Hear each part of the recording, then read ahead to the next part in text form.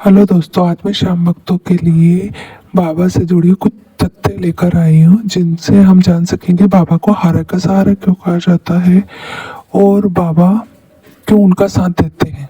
आते हैं। इस दौरान आपको 30 से 35 किलोमीटर की लंबी रैली में पैदल गुजरकर मंदिर में प्रवेश मिलता है। इससे आप अंदाजा लगा सकते हैं कि बाबा शाम के कितने भक्त मेले के समय आते हैं। यहाँ से कुछ दूर चलने के बाद हम मंदिर के बैरिकेड एरिया में पहुँच जाते हैं। अगर आप खाटू श्याम जी के दर्शन सबसे नजदीक से और अच्छी तरह से करना चाहते हैं तो बैरिकेड में बनी हुई सबसे पहली वाली लाइन में आपको जाना होगा। अगर आपकी किस्मत अच्छी रही तो आपको बाबा के दर्शन नजदीक से मिल जाएंगे। महाभारत काल में वनवास के दौरान जब पांडव अपनी जान बचाते हुए जंगलों में भटक रहे थे, तब महाबली भीम का सामना हिडिंबा से हुआ। हिडिंबा ने भीम के एक पुत्र घटोत्कच को जन्म दिया। घटोत्कच और उनकी पत्नी अहिलावती से बर्बरीक पुत्र हुआ। बर्बरीक बचपन से ही वीर योद्धा थे। उनको 3 अमोघ बाण चलाने का वरदान मिला हुआ था, जिससे वे तीनों लोकों में विजय प्राप्त कर सकते थे, क्योंकि बर्बरीक जी को भगवान भोलेनाथ जी से आशीर्वाद प्राप्त था। जब कौरवों और पांडवों के बीच में युद्ध होना था, तब बर्बरीक भी महाभारत के युद्ध में शामिल होना चाहते थे। यह इच्छा उन्होंने अपनी माँ मोरवी को बताई। माता मोरवी ने बर्बरीक की इच्छा स्वीकार करते हुए उनसे बदले में 2 वचन लिए।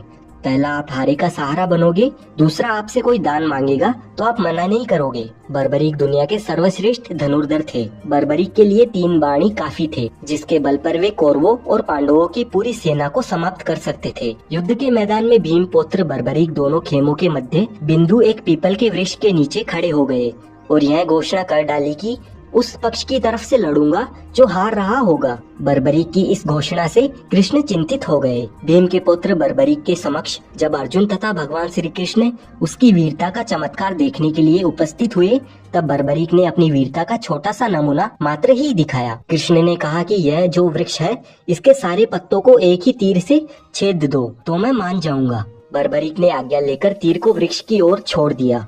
जब तीर एक एक करके सारे पत्तों को छेदता जा रहा था, उसी दौरान एक पत्ता टूटकर नीचे गिर पड़ा।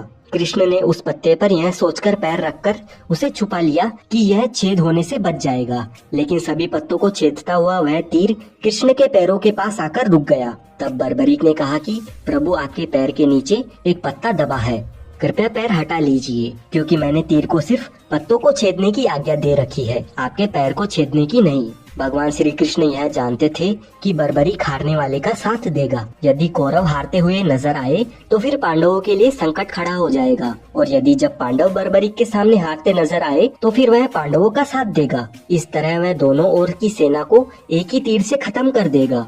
तब भगवान श्री कृष्ण ब्राह्मण का वेश बनाकर सुबह बर्बरीक के शिविर के द्वार पर पहुँच गए और दान मांगने लगे। बर्बरीक ने कहा, मांगो ब्राह्मण, क्या चाहिए।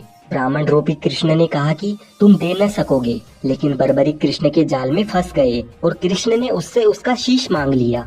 फिर बर्बरीक ने हंसी खुशी अपना शीश दान दे दिया। बर्बरीक के इस बलिदान को देखकर दान के पश्चात श्री कृष्ण ने बर्बरीक को कलयुग में स्वयं के नाम से पूजित होने का वरदान दिया, और जो भी भक्त हार रहे हैं उनका आप सहारा बनोगे, ये वरदान दिया। इसीलिए खाटू श्याम जी को हारे का सहारा बाबा श्याम हमारा, यह भक्ति भाव से कहा जाता है। आज बर्बरीक को खाटू श्याम जी के नाम से पूजा जाता है। जहाँ कृष्ण ने उनका शीश रखा था, उस स्थान का नाम खाटू है। श्याम बाबा के दर्शन हमें बहुत ही बढ़िया सुंदर तरीके से बड़ी आसानी से हो जाते हैं। खाटू श्याम जी के दर्शन करने